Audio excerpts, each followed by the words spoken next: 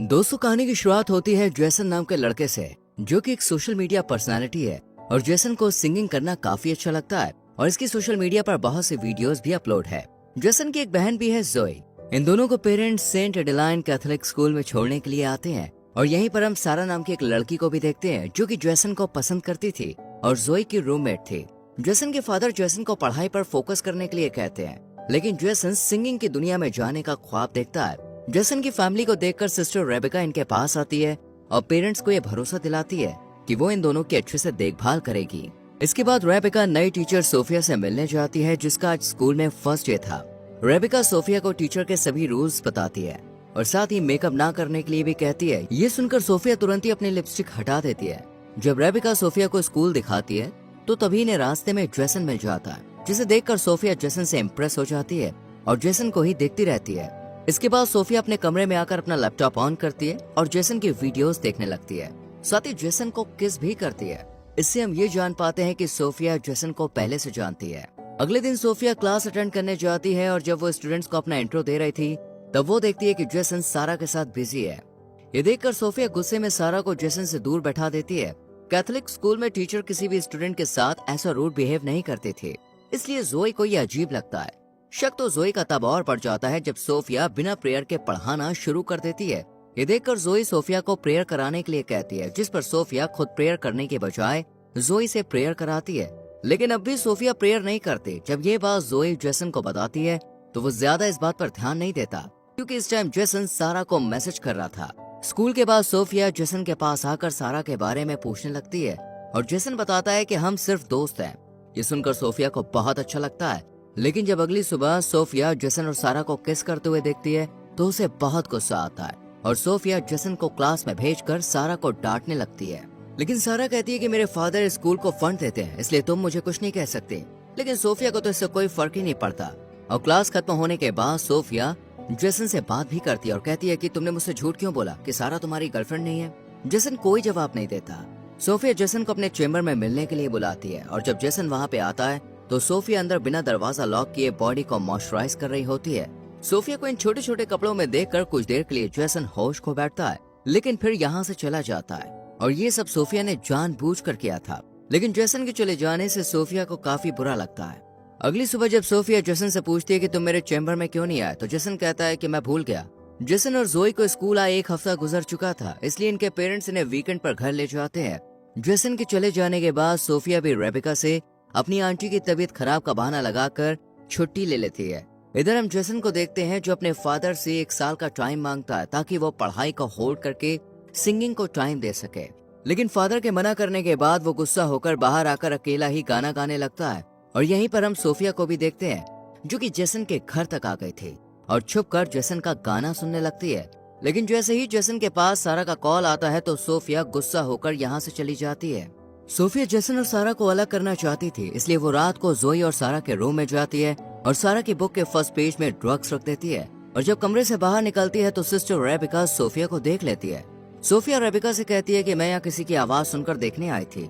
ये दोनों बात कर ही रही थी कि इनकी आवाज सुनकर जोई भी उठ जाती है और सोफिया की बात सुनकर उसे कुछ शक होने लगता है। अगली सुबह सोफिया सबको बुक ओपन करने के लिए कहती है और प्लान के मुताबिक सारा के बुक में ड्रग्स देखकर उसे स्कूल से सस्पेंड करवा देती है। इसके बाद सोफिया रेबेका से भी बॉयज के रूम की तलाशी लेने के लिए कहती है।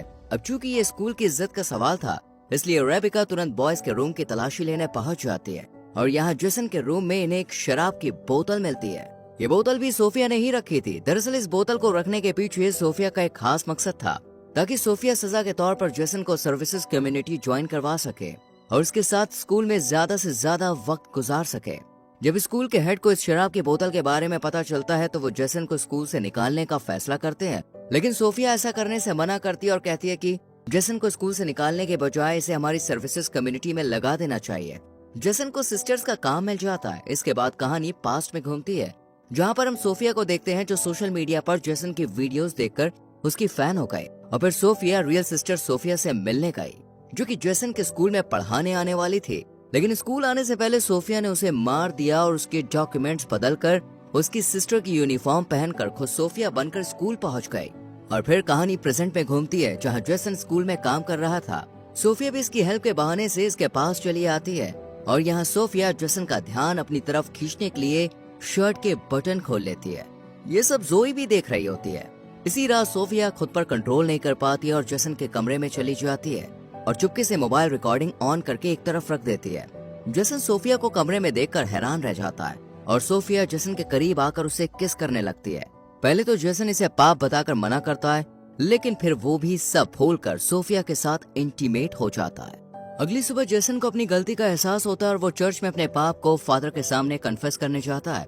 लेकिन यहाँ फादर की जगह सोफिया होती है, जो कि जेसन की गोद में आकर बैठ जाती है और जेसन को किस करती हुई उसके साथ इंटीमेट हो जाती है। एक हफ्ते बाद जेसन वीकेंड पर अपने घर चला जाता है और यहाँ लंबे समय के बाद सारा जेसन को मैसेज करके पार्टी के लिए इनवाइट करती है। जेसन के जाने के बाद सोफिया भी स्कूल से निकल ही रही होती है कि तभी सोफिया रेबिका के साथ दूसरे स्कूल के फादर को देखती है। ये फादर रियल सोफिया को अच्छे से जानते थे और इसी बारे में वो रेबिका से बात कर रहे थे। ये सुनकर सोफिया घबरा जाती है कि कहीं उसका सच पता न चल जाए, इसलिए सोफिया जल्दी से कार की तरफ जाने लगती है। लेकिन जब रेबिका उसे रोकती है तो सोफिया आंटी की तबीयत का बहाना बनाकर यहाँ से चली जाती है। रात को जेसन अपने फादर से सारा की पार्टी में जाने के लिए कहता है, लेकिन इसके फादर मना कर देते हैं, जिस पर गुस्सा होकर जेसन बिना परमिशन के ही सारा के पास चला जाता है। यहाँ जेसन और सारा दोनों ड्रिंक करते हैं और फिर सारा जेसन को एक रूम में ले जाकर उसे किस करने लगती है। तभी जेसन को सोफिया के साथ बिताए हुए पल याद आते हैं, जिस वजह से जेसन को सारा के साथ कंफर्ट फील नहीं होता और वो एक बियर की बोतल लेकर यहाँ से चला जाता है। पुलिस जब जेसन को खुलेआम बोतल के साथ देखती है तो गिरफ्तार कर लेती है, लेकिन तभी यहाँ पर सोफिया आ जाती है और पुलिस से कहती है कि जेसन मेंटली काफी डिस्टर्ब है और पुलिस को अपनी बातों में उलझाकर जेसन को बचा लेती है। जेसन सोफिया को बताता है कि मैं ड्रंक होकर घर नहीं जा सकता हूँ। ये सुनकर सोफिया जेसन को होटल ले जाती है और दोनों एक रूम में चले जाते हैं।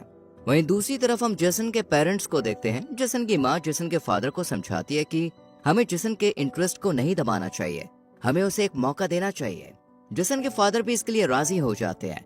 इधर सोफिया जेसन के सामने कपड़े चेंज करती है। यहाँ जेसन को समझ आ जाता है कि सोफिया उस पर नजर रख रही है, इसलिए जेसन सोफिया पर गुस्सा करता है और दोबारा इंटीमेट होने से भी मना कर देता है और सोफिया को अकेला छोड़कर बाहर आ जाता है।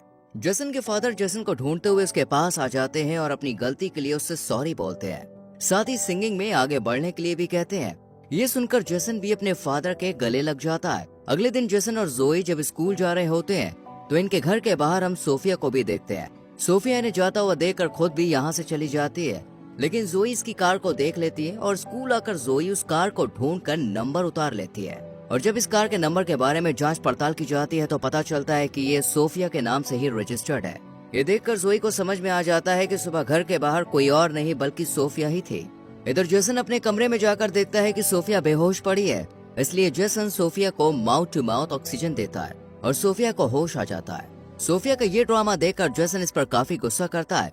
जेसन जब हेड से सोफिया की शिकायत करने के लिए कहता है तो सोफिया से ब्लैकमेल करती है और इन दोनों के बीच जो कुछ भी हुआ उसे सबके सामने लाने की बात कहती है, जिससे जेसन डर जाता है।